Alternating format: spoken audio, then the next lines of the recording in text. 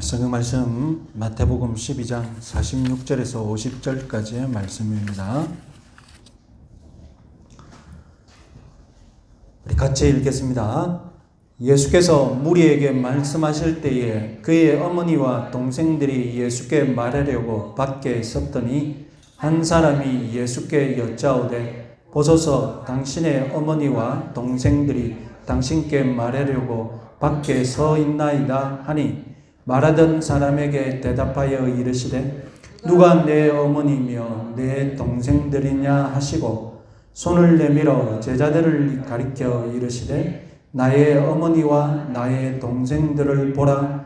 누구든지 하늘에 계신 내 아버지의 뜻대로 하는 자가 내 형제요 자매요 어머니니라 하시더라. 아멘. 마태복음 12장은 예수님의 기적과 예수님의 설교를 듣고 보고 이스라엘 백성들이 어떻게 반응했는지 그 반응들을 모으고 있는 장입니다. 여러분 2+1 제가 몇 번 말했은 거 기억나십니까? 두 개의 부정적인 이야기와 한 개의 긍정적인 이야기를 한 세트로 묶어서 지금 우리는 세 번째 세트까지 와 있습니다. 앞서 두 개의 부정적인 이야기가 무엇이었습니까? 하나는 바알세불 논쟁이었으며 두 번째 부정적인 이야기는 우리들에게 표적을 보여달라 이런 이야기였죠. 이제 긍정적인 이야기를 소개할 차례인데 사실 오늘 본문은 긍정적인 이야기라고 평가하기에 애매한 그런 점이 있습니다. 예수님의 친가족이 예수님을 찾아온 사건인데 왜 이 명절에 가족들이 찾아오면 얼마나 기분이 좋습니까? 그런데 왜 이 사건이 부정적인, 왜 긍정적이지 못한 이야기입니까? 마가복음을 보면 이 사건은 굉장히 부정적으로 기록되어 있습니다. 우리 파워포인트 한번 보겠습니다. 마가복음 3장 21절을 읽어보겠습니다. 예수의 친족들이 듣고 그를 붙들러 나오니 이는 그가 미쳤다 하밀러라. 자, 읽은 김에 요한복음 7장 5절도 한번 읽어보겠습니다.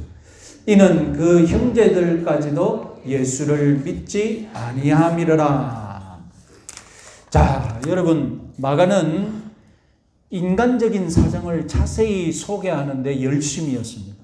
반대로 마태는 인간적인 사정은 기록하지 않고 예수님의 말씀과 행적에만 집중하는 그런 스타일이었습니다. 마가가 기록한 이 인간적인 사연에 의하면 예수님의 가족들은 예수님이 미쳤다 그렇게 생각하고 강제라도 붙들어서 고향으로 데려가려고 지금 가버나움으로 찾아온 거예요. 왜냐하면 요한복음 7장에 의하면 예수님을 아예 안 믿었거든요. 그래서 이제 더 이상 미친 짓 못하게 막으려고 예수님을 방문한 것입니다. 또 다른 이유를 유추해 볼 수 있는데 예수님을 찾아온 이 가족 중에는 아버지가 없고 어머니가 있습니다. 만약 미친 아들을 데려가는 것이 목적이라면 여러분 부모님 중에 아버지가 오는 것이 더 어울리지 않겠습니까? 그런데 어머니 마리아만 왔습니다. 그래서 아버지 요셉은 이미 사망했을 것이다. 그 당시에 남자들 평균 수명이 짧았으니까요. 그렇다면 가족들은 미친 짓 하고 있는 저 집안의 장남에게 이 집안 좀 챙기라고 정신 차리고 그래서 데리고 가서 장남 노릇하게 하려고 찾아온 것이 아닐까? 그렇게도 생각해 볼 수 있겠습니다. 하여튼 마태는 이 부정적인 가족사를 생략해 버렸습니다. 그 마태의 스타일입니다. 마태가 무슨 의도를 가지고 있는 것이 아닙니다. 마태가 처음부터 복음서 끝까지 자기 마태복음은 나는 일체 인간적인 사연은 기록하지 않겠다. 그런 고집, 작가적인 고집과 스타일을 지금 가지고 있는 거예요. 그러니까 마태의 의도대로 우리도 가족이 무슨 생각을 가지고 예수님을 찾아왔는지 그것은 마태복음을 생각할 때 우리는 생각하지 맙시다. 만약에 마가복음을 강의할 일이 있다면 뭐 그때 가서 이야기하면 되는 거고요. 그러니까 가족의 의도는 지금 우리는 이제 전혀 생각하지 않는 겁니다. 46절을 우리가 마가복음을 모른다 치고 46절을 읽어봅시다. 그의 어머니와 동생들이 예수께 말하려고 밖에 섰더니, 부정적인 부분을 생략해버리니 이야기의 분위기가 어떻습니까? 말하려고 밖에 섰다고? 그럼 무슨 말하려고 왔지? 중립적인 뭔가 중립적인 느낌이 듭니다. 마태의 기록 의도는 항상 동일합니다. 그럼 이 마태의 의도대로 예수님의 말씀을 주목해 봅시다. 예수님이 계신 곳에는 항상 사람들이 움집해 있었습니다. 그래서 예수님의 가족들은 예수님 곁으로 도저히 접근할 수가 없었습니다. 그래서 사람을 시켜 자기들이 왔다고 알리게 했겠죠? 예수님은 가족들이 왔다는 소식을 듣고 누가 내 모친이며 내 동생들이냐고 뜻밖의 반응을 하셨습니다. 그리고 손을 내밀어서 자기 주위 앞에 있는 제자들과 자기들의 동행자들을 가리키면서 나의 모친과 나의 동생들을 보라. 누구든지 하늘에 계신 내 아버지의 뜻대로 하는 자가 내 형제요 자매요 모친이니라 하셨던 것입니다. 자신을 따르는 이 작은 공동체가 내 가족이다라고 인정해 주시는 것입니다. 분위기가 완전히 긍정적인 이야기로 바뀌었습니다. 부정적인 것은 없고 예수님이 자기 따르는 이 제자 공동체를 내 가족이다라고 인정해주고 높여주는 그런 분위기만 있는 거예요. 그래서 이 마태 스타일 덕분에 이야기는 완전히 긍정적인 이야기가 되어서 2+1, 두 개의 부정적인 이야기와 한 개의 긍정적인 이야기, 이 세트가 완성된 것입니다. 자, 오늘 본문을 들어가기 전에 우리는 예수님의 가족에 관한 이 교리 논쟁이 있음을 알아야 합니다. 오늘 본문에 의하면 예수님의 형제들, 동생으로도 번역되고 형제로도 번역이 되는데요. 곧 마리아와 요셉이 예수님 탄생 이후에도 정상적인 부부관계를 통해 예수님의 동생들을 낳았다라는 그런 역사를 의미하게 되어 있습니다. 이것은 로마 가톨릭 교리의 치명적입니다. 로마 가톨릭은 소위 성모 마리아 평생 동정녀설을 믿고 있기 때문입니다. 동정녀 상태로 임신했고 그래서 예수님을 낳은 이후로 마리아는 평생 그 상태로 다시는 자녀를 낳지 않고 동정녀로 살다가 나중에 어떻게 됐다고요? 승천했다. 이것이 로마 가톨릭이 믿고 있는 사실상 전설이죠. 자, 자세히 말씀드려보면 가톨릭의 전설은 뭐라고 말하느냐? 예수님의 어머니 마리아는 오순절 성령 강림 얼마 후 사도 요한이 있는 에베소까지 가서 죽을 때까지 사도 요한에게 복양받았다고 합니다. 왜냐하면 그건 믿을만합니다. 왜냐하면 예수님이 십자가 위에서 요한에게 이것은 내 어머니다라고 어머니 마리아를 요한에게 좀 복양해라고 맡기셨기 때문입니다. 예수님의 유언이었죠. 여기까지는 믿을만한데 이게 대개 다 받아들입니다. 전설은 여기서 그치지 않고 마리아의 죽음에 대해서 이렇게 말합니다. 마리아가 죽을 때가 되자 모든 사도들이 장례식을 치르기 위해 모였습니다. 그런데 불참러가 있습니다. 늦게 온 사람이 있습니다. 누구겠습니까? 프로 불참러 누구겠습니까? 도마는 예수님의 장례식에 이어서 마리아의 장례식에도 늦게 왔다는 겁니다. 그리고 도마가 장례식을 치른 후 사흘이 지나서 도착하는 바람에 마리아의 얼굴이라도 보려고 무덤을 열어서 마리아의 얼굴을 보려고 했던데 무덤을 열었더니 사흘이 지난 후 무덤을 열었더니 무슨 일이 벌어졌겠습니까? 마리아의 시신은 없고 마리아를 감쌌던 그 세마포들만 그대로 있었다는 것입니다. 그래서 사도들은 예수님이 부활승천한 것처럼 마리아도 부활승천했다고 교회에게 가르치기 시작했다는 것입니다. 여러분 딱 들으니까 어떻습니까? 죽을 때 이 이야기는 어떤 느낌이 듭니까? 그냥 예수님 이야기를 마리아 이름만 바꾼 지어낸 이야기라는 느낌이 많이 들지 않습니까? 자, 전설은 지어낸 것이라고 치고 로마 가톨릭에서는 오늘 본문에서 예수님의 형제들 동생들이 왔다는데 그러면 마리아 평생 동정녀설을 어떻게 이 갈등을 해결할 것인가? 첫 번째는 아버지 요셉이 결혼을 2번 했다는 겁니다. 그래서 예수님의 형제들은 마리아와 결혼하기 이전에 첫 번째 결혼해서 아들을 낳은, 그러니까 이복 형제라는 것이죠. 그러면 무슨 문제가 생기느냐? 예수님은 장남이 아닌 거예요. 2번째 결혼해서 낳은 아들이니까 첫 번째 결혼해서 낳은 아들이 있는 셈이지 않습니까? 그러면 예수님이 장남이라는 것은 말이 안 되는 거죠. 이런 충돌이 생깁니다. 그래서 2번째 해결책을 찾았는데 그것은 마리아 자매가 낳은 아들들, 즉 사촌들이라는 겁니다.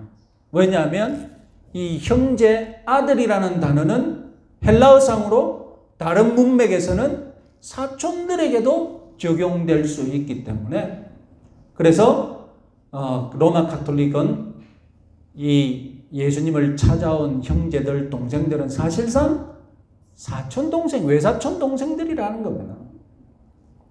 이것은 굉장히 설득력이 있었기 때문에 마리아 평생 동정녀설과 이 본문을 유일하게 충돌 없이 함께 할 수 있는 해석이 있기 때문에 로마 가톨릭이 잘 받아들이고 있고, 그리고 심지어 성 아우구티누스 같은 대단히 현명한 교부들도 이렇게 해석을 해서 가르쳤습니다.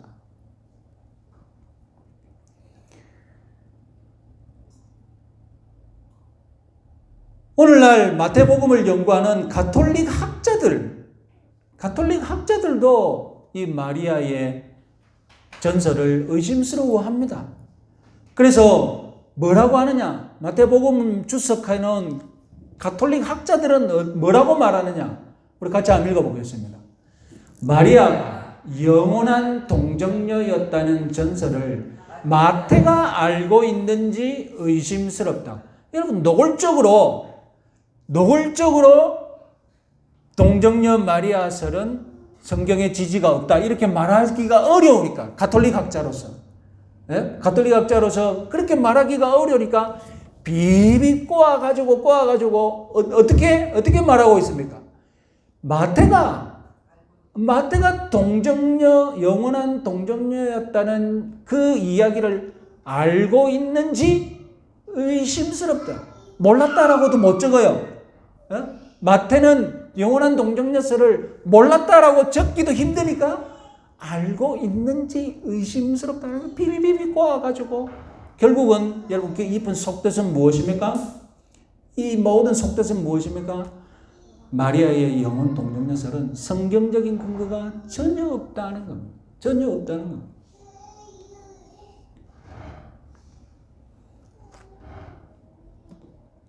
가장 자연스러운 해석은 예수님에게 친동생들이 있었고 그리고 친동생들이 있었기 때문에 마리아가 영원 평생 동정녀설이었다는 것은 믿을 수 없다는 것인 줄 확신하시기 바랍니다. 자, 그럼 오늘 본문의 교훈 들어가 봅시다. 당연히 제자 공동체는 새로운 가족, 영적 가족, 그런 공동체라는 교훈입니다. 누구든지 하늘에 계신 내 아버지의 뜻대로 하는 자가 내 형제요 자매요 모친이니라. 이 말씀에는 차별 없이 인간의 가치를 높여주시는 예수님의 높은 인권의식이 잘 드러나 있습니다. 보시다시피 누구든지 이 누구든지에는 남성 형제들뿐만 아니라 여성 자매와 모친도 포함되어 있지 않습니까? 그럼 먼저 남자 제자들을 형제라고 부르는 것 놀랄 일이죠. 고대에는 스승과 제자 엄격한 주종 관계입니다. 주인과 종과 같은 관계라는 말입니다. 어떻게 스승이 제자를 보고 너는 내 형제다 이렇게 높여주는 스승은 없습니다. 제자들은 그걸 기대하지도 않습니다. 그런데 예수님은 제자들을 가리켜서 내 형제다라고 제자들의 위치를 높여주셨어요. 그런데 더 놀라운 점은 예수님을 따르는 여자들까지도 내 자매와 어머니다라고 높여주신 것입니다. 좁은 의미의 제자는 남자 12명 뿐이지만 넓은 의미의 제자 무리들이 있었습니다. 12명 외에도 제자로 선택되지 못하였지만 그래도 예수님 말씀 듣고 따라다니며 동행하는 소수의 제자 그룹들이 또 있었는데 그들 가운데는 여자들도 있었습니다. 아시다시피 이 여자들이 예수님 부활 이후에 어떤 역할을 합니까? 예? 부활의 메시지를 제자들에게 전달하는 중요한 역할을 하지 않습니까? 고대에는 여자들을 배려하기는커녕 차별하고 무시하고 핍박에도 아무런 흠이 되지 않는 사회였다는 거 다 알고 계시지 않습니까? 하지만 예수님은 남자 제자들처럼 자신을 따라다니면서 섬기는 이 여자 제자들에게도 자매 어머니라고 높여주셨던 것입니다. 신경 쓰지 않아도 되는데, 언급하지 않아도 되는데, 그래도 않아도 아무런 흠이 안 되는데 왜 여자들을 차별하느냐고 항의하는 사람도 없는데 예수님은 이렇게 여성을 배려하고 인권을 높이시는데 앞장서셨습니다. 그런데 여러분 2000년 전 예수님은 여성의 인권을 높이시는 분이셨는데 오늘날 교회는 여성의 인권을 높이는데 제일 끄트머리에 있어요. 여성을 배려하고 여성을 인권을 하고 여성을 여성 인권 가치를 높이는 데는 제일 끄트머리에 있어요. 제일 늦게 따른 데. 여러분 답답한 현실이지만 시간이 다 해결해 줄 겁니다. 그냥 기다리시면 시간이 잘 해결해서 교회는 이런 일에는 늘 끄트머리로 따라가지 않습니까? 결국은 따라갈 것입니다. 여기는 여성들이 많아지면 어떻게 할 거예요? 그죠? 예. 어떻게 할 거냐고. 그거 마지못해 따라가는 거예요. 조금만 더 기다리시면 됩니다. 자, 여러분, 이제 우리가 예수님이 가족에 대해서 언급한 말씀을 지금 배우고 있는데, 성경을 보면 예수님이 가족에 관한 말씀을 항상 하실 때는 항상 오해하기가 쉽습니다. 왜냐하면 예수님이 이 문학적인 표현을 사용하시는 데 있어서 좀 극단적인 부분이 있으니까 항상 오해하기가 쉬워요. 실제로 예수님은 가족에 대해 아예 부정적으로 말씀하신 경우도 있죠. 대표적인 말씀으로 10장 36절 사람의 원수가 자기 집안 식구리라. 여러분 이 말씀 제가 강의할 때도 오해하지 말라고 말씀드렸지 않습니까? 우리 항상 예수님이 가족에 대해 부정적으로 말씀하실 때는 그 지금 유대 사회 분위기, 예수님이 유대인들에게 말씀을 전할 때의 그 상황을 염두에 두고 이해하셔야 됩니다. 무슨 상황입니까? 예수님 당시 그리고 예수님 사후에 예수님이 유대인들에게 복음을 전하셨지 않습니까? 그러면 그 유대인들은 예수님은 물론이고 예수님을 믿는 제자들을 받아들였습니까? 못 받아들였습니다. 정통 유대교하고 다르기 때문에 예수교, 나사렛 땅, 예수님을 따르는 무리들을 나사렛 땅이라고 취급하고 핍박했습니다. 고대 유대 사회가 어떤 사회입니까? 대가족 사회이고, 그리고 토라, 율법이 지배하는 사회이고, 작은 마을에는 어떻게 마을이 움직입니까? 회당을 중심으로, 회당이 사법기관이 되어서 율법을 어기면 성인 남자라도 회당으로 데리고 와서 불러가지고 거기서 채찍질했어요. 만약에 나사렛 땅이 있다, 나사렛 예수를 믿는 유대인이 있다, 그러면 집안에서 난리가 납니다. 니 때문에 우리가 마을 사람들은 내가 고개를 못 들고 다닌다. 그래서 회당 장로들이 지도를 하면 예수 믿는 유대인들은 회당에 와서 채찍질을 맞아야 됐어요. 마을에서 왕따 당하는 거예요. 마을 사람들이 작정하면 때려 죽여도 마을 사람들이 다 합의했으면 끝나는 거예요. 아무도 반대, 어떻게 그런 일이 있을 수 있냐고, 오늘날 하고 생각하면 안 됩니다. 2000년 전 회당이라는 이 마을의 자치기구가 다스리고 있는 그 사회란 말입니다. 거기서 한 유대인이 가족의 뜻과 반대로 예수를 믿는다. 이거는 고난을 자초하는 셈이죠. 진짜 고난을 자초하는 셈이에요. 그래서 예수님은 이런 가족들의 반대와 박해도 각오하라는 겁니다. 사람의 원수가 자기 집안 식구가 될 수 있다는 겁니다. 이 유대 사회에서 예수를 믿는다는 것은. 불가피하게 가족에 대한 우선순위를 유대인 그리스도인들은 재조정해야 할 것을 예수님은 말씀하신 것입니다. 이것은 여러분 비단 기독교 신앙에만 있는 일이 아닙니다. 우리가 살다 보면 불가피하게 가족에 대한 우선순위를 재조정해야 할 일이 생깁니다. 그렇다고 우리가 가족을 경시하거나 무시하는 그런 경우는 또 아니지 않습니까? 예를 들어서 직장인이 2년 동안 외국 지사에 발령받아서 가족을 떠나야 합니다.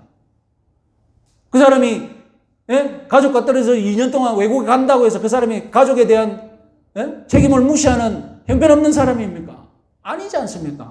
가족을 위해, 가족을 복양하기 위해 해외로 가는 거지 않습니까? 이처럼 우리가 가족에 대한 우선순위라든가 이런 여러 가지 상황은 상황에 따라서 바뀔 수 있는 것이라는 것이죠. 또 다른 오해는 무엇이냐면 오늘 본문을 보고 어떤 분들은 육적인 가족보다 영적인 가족이 더 중요하다고 예수님이 말씀하셨다고 뻥을 칩니다. 그래서 육적인 가족보다 영적인 가족이 더 중요하다고 가르치면 다음 말은 뭐겠습니까? 그렇게 가르치면 그 목사가 의도하는 바는 뭐겠습니까? 육적인 가족보다 영적인 가족이 더 중요하다고 했으니 다음 말은 뭐겠습니까? 다음 말은 육적인 가족 무시하고 영적인 가족 챙기라는 거잖아요. 사이비 이단들은 육적인 가족 복양하지 말고 영적인 가족 복양해라고.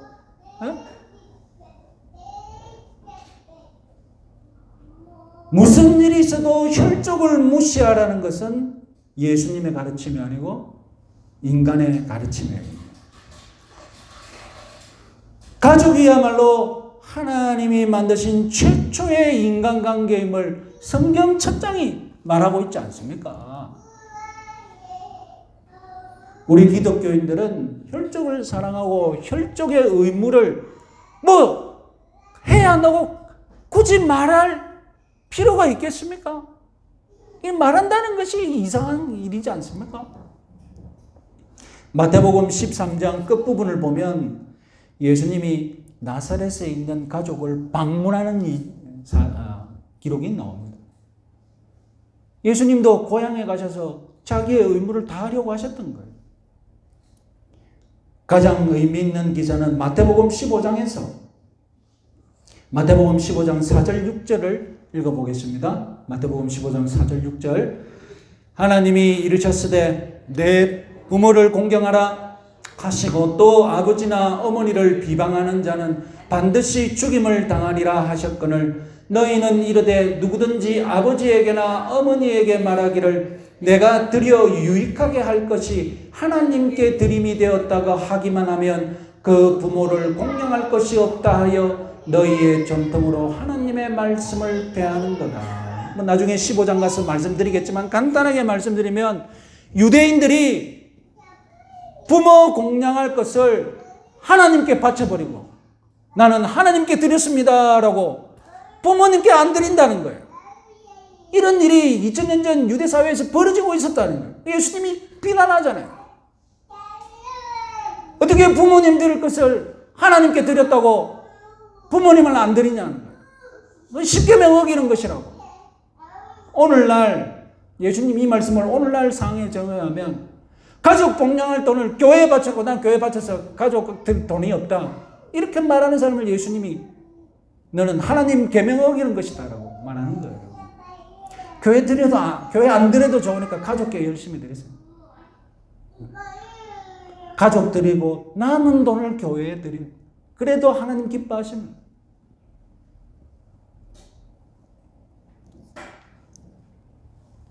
자, 그러면 중간 결론은 뭐냐면 가정보다 교회를 더 우선시하라는 목사가 바로 이단이고 사이비입니다. 정통 목사라면, 성경적인 목사라면 항상 가정이 더 중요하고 가정을 제일 먼저 챙겨야 한다고 가르칩니다. 그리고 교회를 섬기라고 가르칩니다. 목사를 판단하는 기준 뭐라고요? 가정이 우선이냐 교회가 우선이냐 그거 어떻게 생각하는지 물어보면 됩니다. 그래가지고 교회를 더 우선시하는 목사 저거는 분명히 목사같이 교회 키워가지고 나중에 딱 어떻게 해물 속셈으로 지금 그렇게 딱 판단하시면 됩니다. 성경적인 목사는 가정을 섬기고 가정을 복양하라고 남은 시간과 남은 돈으로 교회 섬기라고 가르치는 것입니다. 자, 오늘 본문이 가르치는 진정한 교훈은 예수님의 제자들은 결코 혼자가 아니라 영적인 공동체, 영적인 가족을 이루어야 한다는 그런 사실입니다. 여러분, 믿음의 가족 공동체, 이 말씀이 여기에 덧붙인 이유는 이미 바알세불 논쟁에서 앞서 벌어졌던 바알세불 논쟁에서 가족 같은 공동체에 대해서 말씀하셨기 때문입니다. 자, 마태복음 12장 30절 잠시 기억나는지 모르겠지만 같이 한번 읽어보겠습니다. 나와 함께 아니하는 자는 나를 방대하는 자요 나와 함께 모으지 아니하는 자는 해치는 자니라. 자, 이 말씀은 양치기를 배경으로 하신 말씀인데 지금 바리새인들이 떼거지로 몰려와가지고 예수님을 너는 바알세불의 마법사다라고 모독했지 않습니까? 이 바리새인들은 어떤 사람들입니까? 양떼를 해치는 늑대 같은 놈들이에요. 이리 같은 놈이고 독사의 자식들이에요. 지금 예수님이 열심히 모아놓은 양떼를 막 해치고 잡아먹는 놈들이에요. 예수님은 어떤 분이십니까? 양떼들을 함께 모으기 위해 지금 목자들을 찾고 있잖아요. 일꾼들을 찾고 있어요. 이 일꾼들과 함께 양떼를 모으려고 하고 있단 말이에요. 그래서 양떼를 모으는 공동체를 만드셨는데 그것이 바로 무엇입니까? 제자 공동체고 이 공동체가 다름 아니라 하나의 가족이다라는 것입니다. 예수님의 제자들은 이렇게 반드시 모여서 공동체를 이루어야 합니다. 우리는 소위 개인주의나 자기 영웅주의에 빠지면 혼자 무엇인가 하려는 그런 잘못된 생각이 있습니다. 그리스도의 제자들은 외롭게 혼자 제자도를 가는 것이 아닙니다. 무슨 영웅처럼 혼자 그렇게 가는 것이 아닙니다. 영적인 가족들과 함께 가는 것이 제자도임을 믿으시기 바랍니다.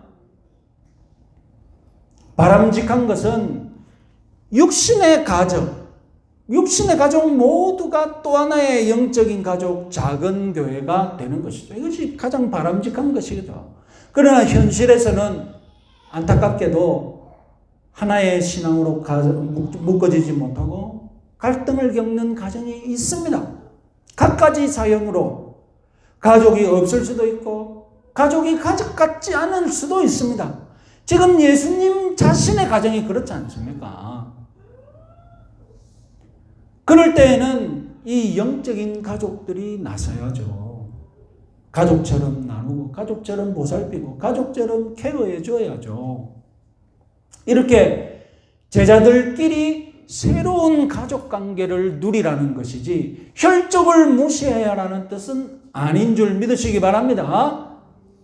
그럼 그리스도의 제자들은 어떻게 가족 관계를 조직하고 누려야 합니까? 예수님은 이 천국 백성들의 가족을 결속시켜주고 하나로 만들어주는 원리 분명하게 가르칩니다. 누구든지 하늘에 계신 내 아버지의 뜻대로 하는 자.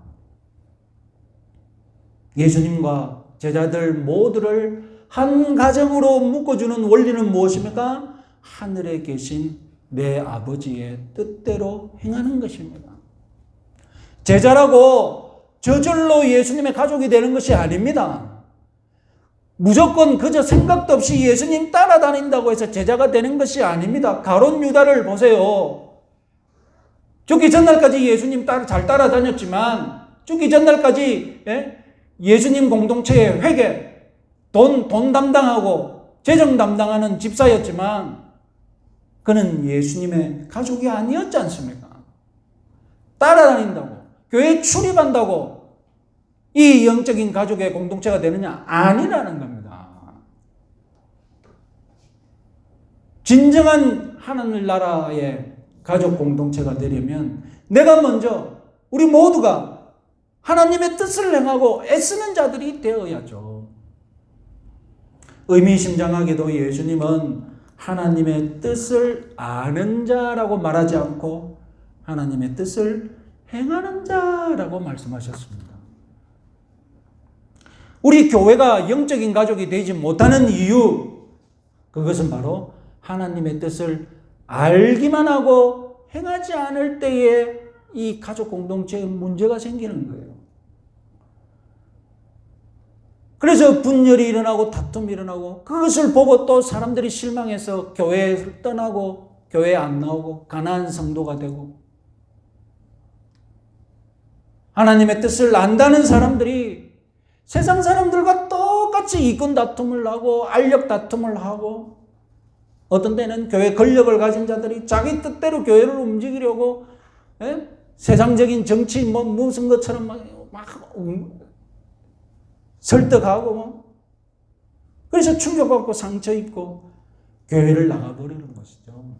물론 이 사정은 다 이해되지만 그래도 오늘 예수님이 분명하게 말씀하십니다. 신앙생활은 절대로 혼자 하는 것이 아닙니다. 오늘 본문에서 예수님은 그리스도의 제자들, 하나님의 뜻을 행하는 자는 반드시 영적인 가족을 이루어야 한다. 제자도의 이 길은 어떻게 가라고요? 혼자 가는 것이 아니라 같이 가족을 이루어서 같이 가야 한다는 것을 가르치시는 것을 믿으시기 바랍니다. 간단하게 또 짧게 말씀드리면 예수님이 가족이라고 정의하신 이유, 당연히 하나님이 아버지시면 가족이 없는 아버지가 어디 있습니까? 하나님을 우리가 아버지라고 불렀으니 아버지시면 이 아버지가 가장인 가족이 있겠죠. 가정이 있습니다. 하나님이 가장이신 이 가족의 가장 큰 특징이 무엇입니까? 은혜의 가족입니다. 은혜의 가족. 물론 이 세상에는 문제 많은 가정도 있고 그렇지만 정상적인 가정이라면 정상적인 이 육체의 가정, 육신의 가정도 은혜가 이 가정을 움직이는 가장 큰 가치죠. 그냥 가족이라는 만으로 서로 아낌없이 주고받잖아요. 정상적인 가정이라면. 단지 가족이라는 이유만으로 서로 관대하잖아요. 단지 가족이라는 이유, 그게 은혜라니까요. 이 세상에 이 육신의 가정에서도 은혜라는 이 원리가 가정을 지키고 보호하고 가정을 하나로 묶어주고 있잖아요. 가족이라는 이유만으로 죽어서 내 모든 거 다 주고 가잖아요. 가족이라는 이유만으로 같은 편이 되어주잖아요. 세상 모든 사람들이 다 욕해도 가족이라는 이유만으로도 나는 가족 편이 되어주잖아요. 우리처럼 우리 모두가 가족에게 얼마나 관대하고 항상 얼마나 편들어주기를 좋아합니까? 교회가 가족이라고 할 때에 바로 이런 은혜를 누리는 공동체가 되어야 한다는 것입니다. 우리가 서로가 서로에게 관대하고 은혜를 베풀어 주고 같은 편이 되어 주고, 그럼 이 불신 세상에서 하나님의 뜻을 행하면서 그리스도인으로 살아간다는 건 얼마나 힘듭니까? 심지어 고난을 당하는 경우도 있잖아요. 그래서 우리는 고통 속에서 아버지의 뜻을 순종하면서 살아야 합니다.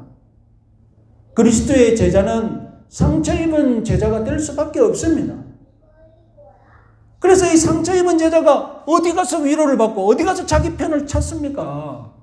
교회 와서, 교회라는 이 자기 가족, 영적인 가족 공동체에서 위로받고 힘을 얻고 격려받고, 그래서 우리는 이 영적인 가족에서 서로 격려해주고 서로 위로해주고 도움을 입고 이런 진정한 가족이 되기를 바랍니다. 그래서 우리 혁신교회 성도들은 은혜를 주고받고 도움을 주고받고 자비를 주고받고 관대함을 주고받고 나눔을 주고받고 이 불신 세상 속에서도 신나게 신앙생활을 할 수 있는 그런 성도들이 되시기 바랍니다.